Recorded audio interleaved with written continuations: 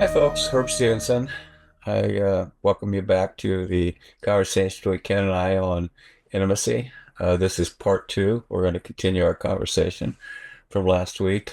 Uh, Rather interesting and ongoing conversation. So I hope you enjoy it and look forward to hearing your comments. Thanks much. Take care and be well. Well, that raises an interesting question for me. Let's say, there's an early part of life and 9,000 rules and, you know, gutter balls and pinball and ping pong and bouncing around and trying to learn to navigate and not only figure out the world, but how we are in it. And, um, I was thinking about this while I was shoveling snow the other day that there's, during that period, um, you know, the depths of understanding that I had about what it is that I wanted or who it is that I wanted to be, I think I had more clarity around what it is that I didn't want. Sure. And I think we brushed up against this in our last conversation, but let's just say, the first 30 years of life are learning to navigate and rules and what do I not want.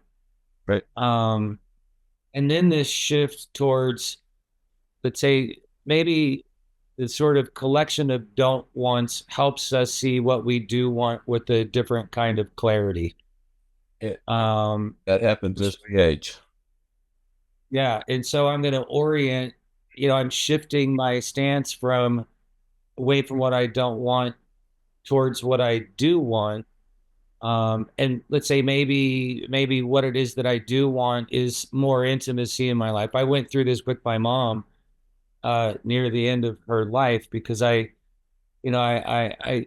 became aware of some don't want relationally with her. And then one day, I just said, hey, I want to is probably right after one of our retreats together where I was like, I want to have more intimacy with you. I want to strengthen and heal this relationship. And I got clear about what it is that I wanted.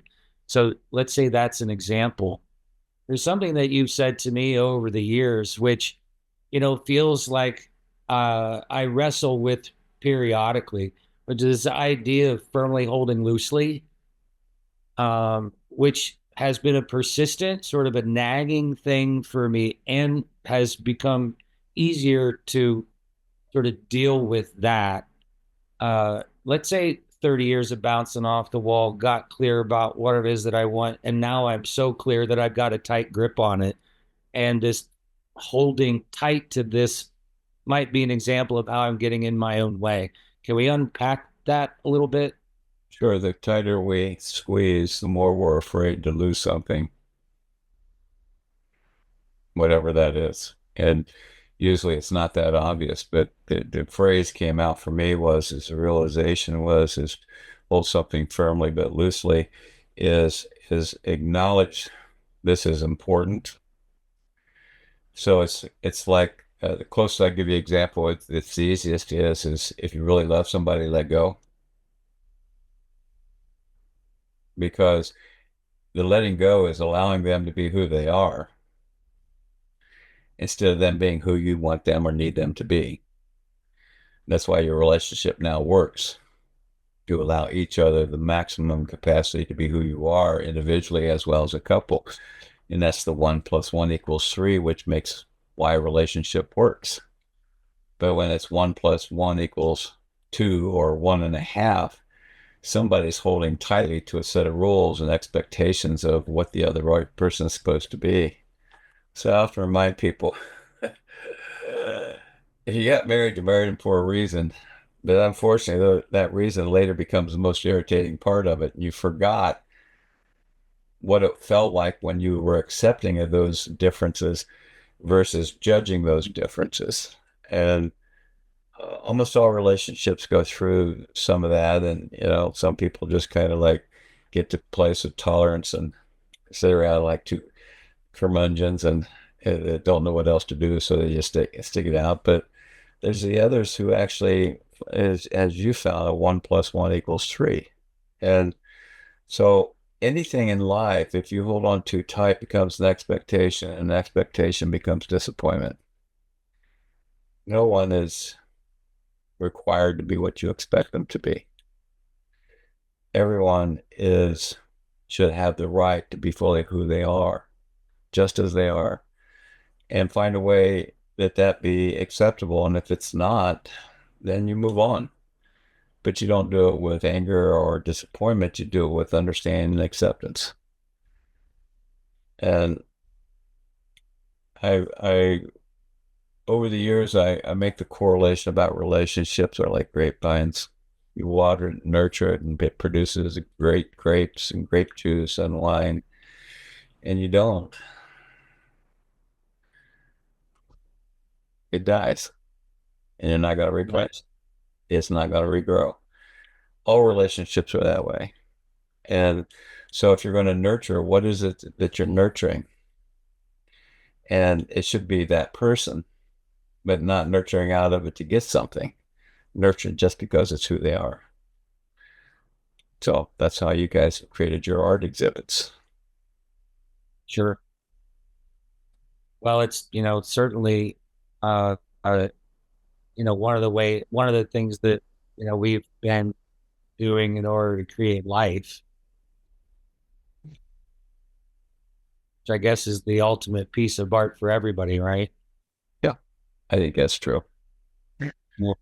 Creative expression. I think that's part of the reason we're here is creative expressions. I think we're here for the purpose of experiencing all the variabilities of life. Uh, uh, when we quit trying to be the pinball machine that's both the ball and the batter at the same time, we probably do better. So, but when we learn to let go of the judgment of what we think should be, the shifts occur. I may not agree with somebody, but I can accept who they are and how they are. That that may require setting boundaries as it relates to the two of us because certain things may not fit very well with me. But it doesn't mean I have to judge about it. I can just be clear about, that doesn't work for me. And Right. we all go through that. It's because a whole lot of life is I think probably the first 3 to 4 decades, we're only learning the rules of what should be. And it's the next 40 years or 30, 40 years we begin to ask the question is why? And it's not a requirement. And so when I let go of all the shoulds and the oughts and all those things that I was raised, and they were pretty strict ones, um, I realized I had a choice. So I've said this in other podcasts, and you've heard this me say it frequently: is how old you have to be to give yourself permission to be who you are, if you want to add to it instead of who you've been told you're supposed to be. So if Sure. you start claiming that right, we go to the other piece you were talking about, which is we become intimate with ourselves. We become present, vulnerable. So one of the things that happens frequently with me is I'll do something and I'll pause and say, "Okay, Dad, Uh, I don't need that," because I would right. verbatim how he would react and what he would say, and I said, I appreciate the help, but that's not who I am and how I want to be. And when you do that right in front of somebody, it shocks them. Yeah. Because I'm saying is I'm choosing who I'm going to be, and I'm going to choose how I react to you. Right? And um, when we get ourselves into that type of situation where we're willing to be present to ourselves and actually witness what we're saying and doing moment to moment, and you can't do it all the time, but as much as you possibly can, the impact is quality of your life goes up. Judgment goes down, resentment goes down because, excuse me, you're not living according to Almighty should. You're doing it according to yourself. I want to. Yeah.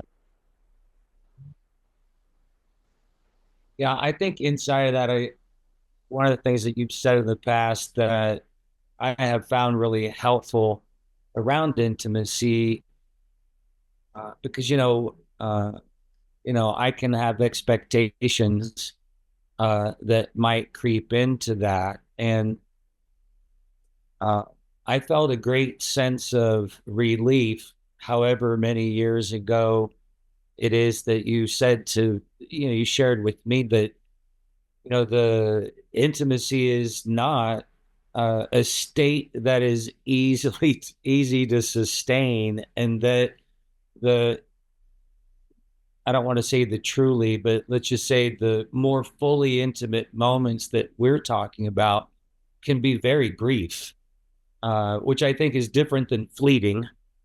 um Right. but they can be like a moment, It can be a not moment. from a Yeah, big thing. the moment, and then a moment can actually, we can have moments where it feels like time expands so that it was far bigger than the moment. I can give an example. You've done sweat lodges with me, and we've gone into a place, and suddenly we feel so totally present. Our senses are high. We're alert to each other. It's almost like we're hearing each other's story during the prayers. That's another way of intimacy because, see, when we come in, we're all fully present.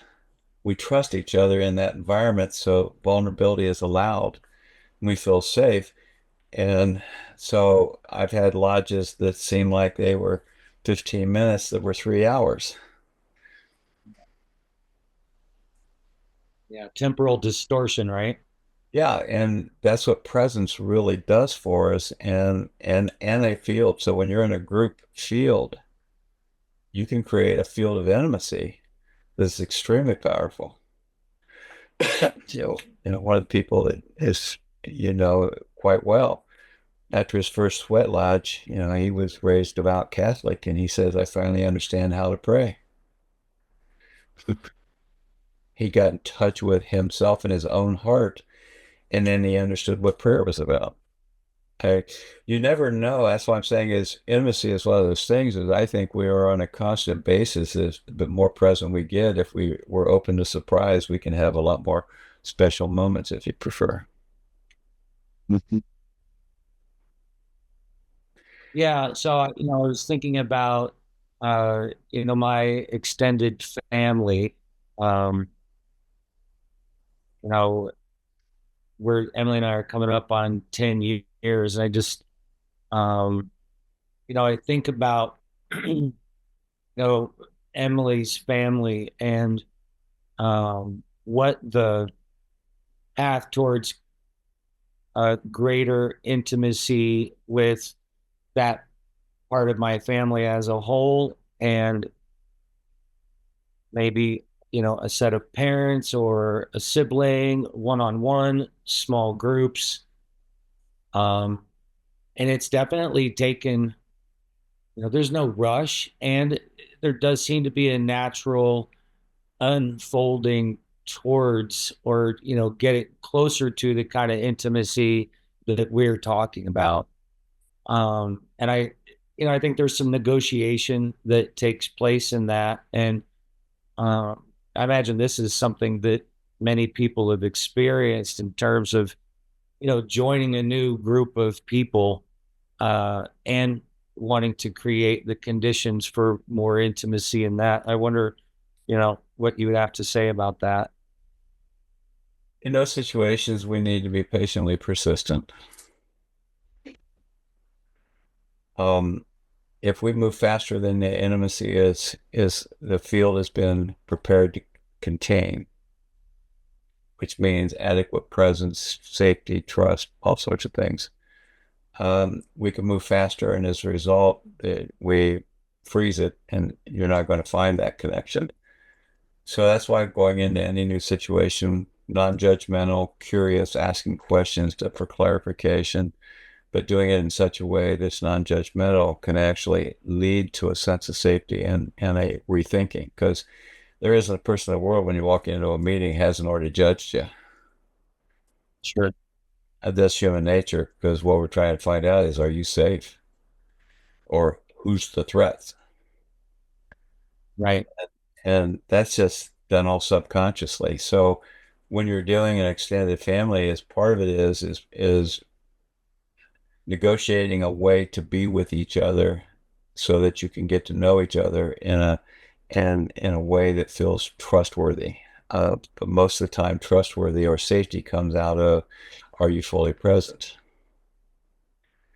And if you're just in a very accepting place and curious and want to get to know them, and they begin to suddenly realize you're really sincere, and they start talking to you and they start sharing their story with you, what begins to happen is you start creating some connections. And they often say is, I misjudged you.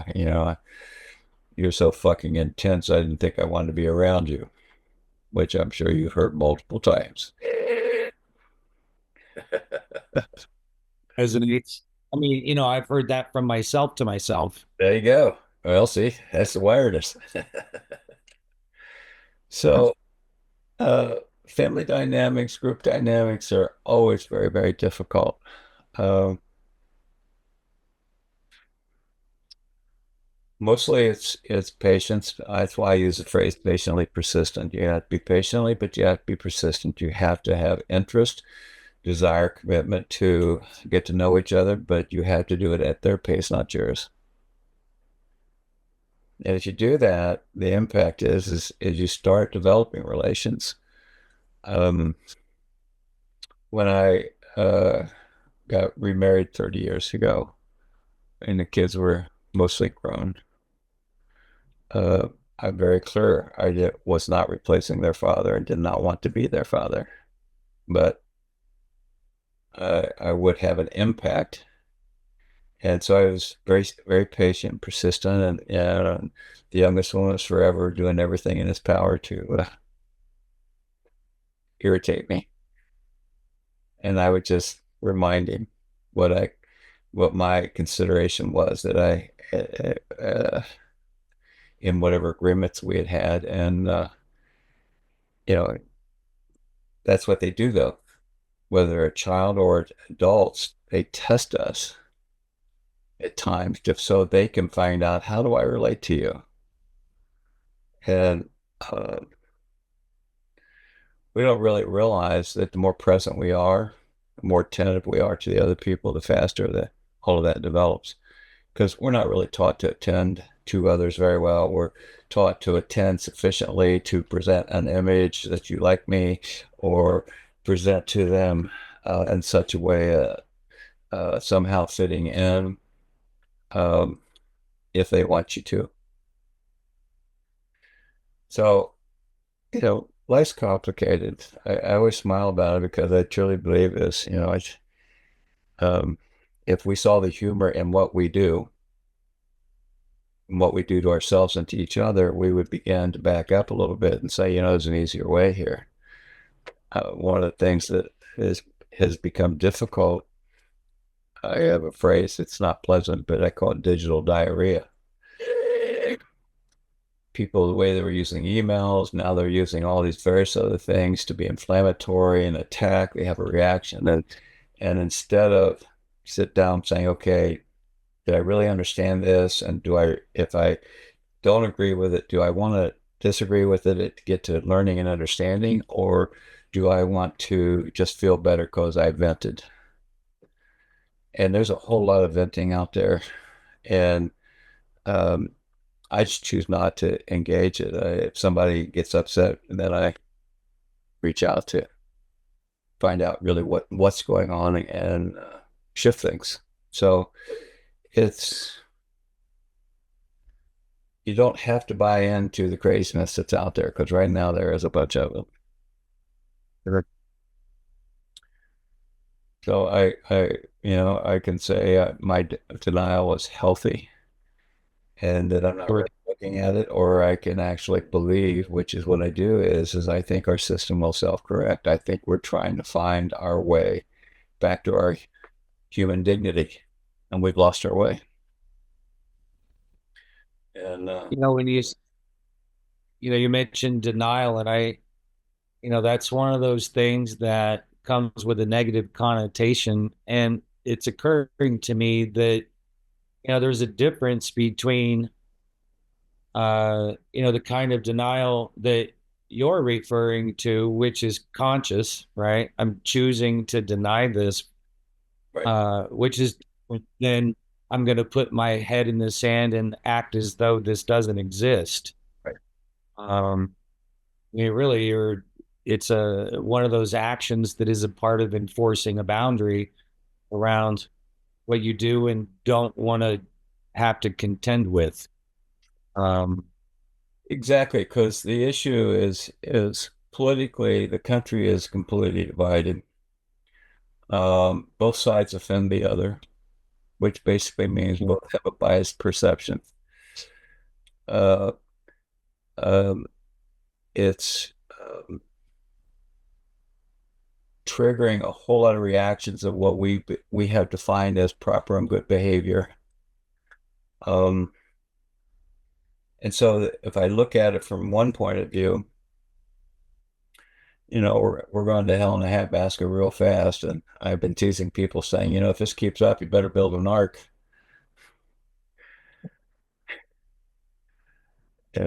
Whether you want to say the Earth's going to get pissed or God's going to get pissed or He's going to flood us out and let us figure this out, start all over again. Because if people really pay attention to the story of Noah, basically it's saying God wiped us all out. A few people got to start all over. So I don't want to believe that that's the case. What I believe is the case is we're going through the absolute extremes so that we can come back to find a moderate middle again that says, how do we honor human dignity? How do we find harmony amongst all people?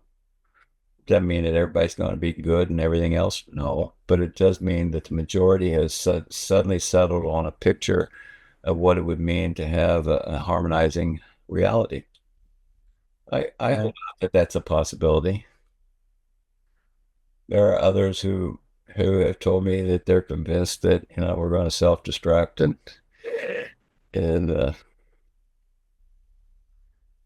I just choose not to go there.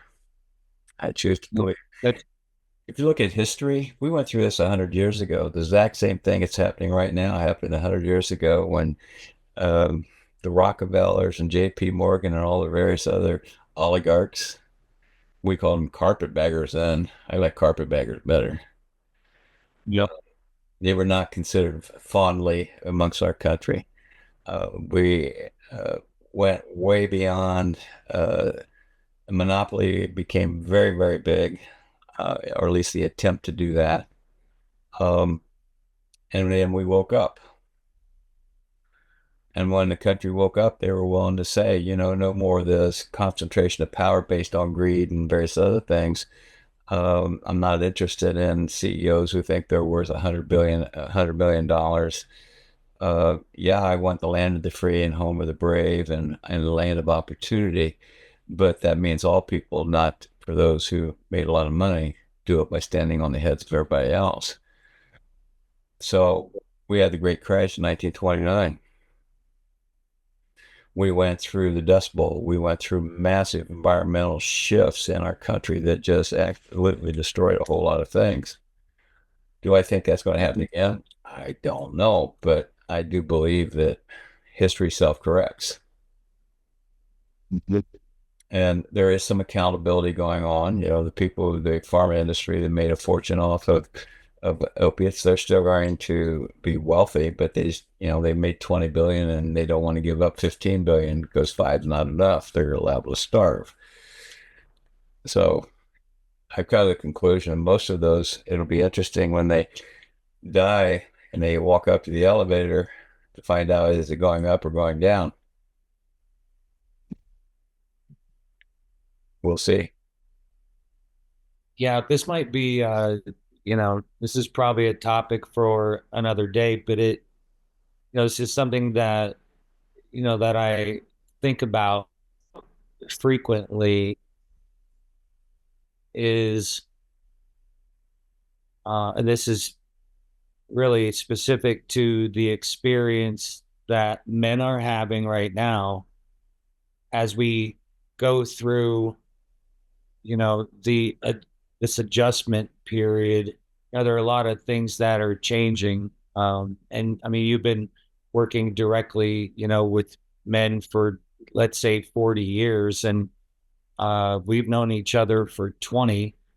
And, um, you know, whether it's, I've heard it, talked about, the crisis of masculinity, or it just seems like the what is being asked of and the opportunities and the conditions under which men find themselves operating in are changing. And I think that's one of the great things about the work that you do.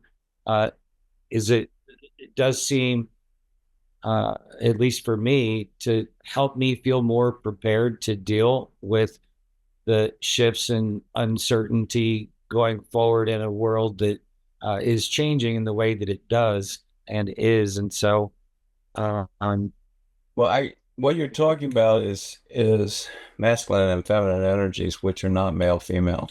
Everybody has both. We have the ability to be strong, courageous. We also have the capacity to be compassionate and generous. It gets skewed and creates the problem. So, yeah, I think that's a good segue for us to have the next conversation about that because the problem is when feminism came out, if you actually look at it, they became more masculine,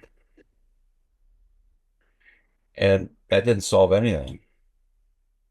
So this is part of the division we have right now is this which of the two forces of energy, anger, rage, etc., that's driving him is going to rise up to create something new. So whether you call it political or you call it masculine, feminine energies, you can go into racial issues.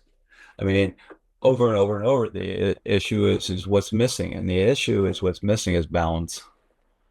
We are so out of balance. I like to refer to it for those who are old enough to know before radial tires that if a car sat too long when it's go down the road, they go wop wop wop wop wop wop until the tire warmed up and then it smoothed out and then it became a circle again. So why don't we plan on talking about masculine feminine energy down the road? It's a good one because I've had some requests to participate in a podcast on toxic masculinity and refused. I said, because if you're saying that you're coming in with such a bias, you're not really even understanding masculinity. You're just looking at what you perceive to be bad behavior and calling it toxic masculinity. There's a difference. So we can do that. So I we think that conversation tie into this intimacy piece. I think people will see the fit. sure. Well, we can plan on this. So we'll call it a day. So I'm Herb Stevenson, And Ken Jacob. and we appreciate your time and watching us. And if you're really interested in the podcast, subscribe. That way it comes right to your email. And Ken and I'll join you at the next podcast. Thanks much.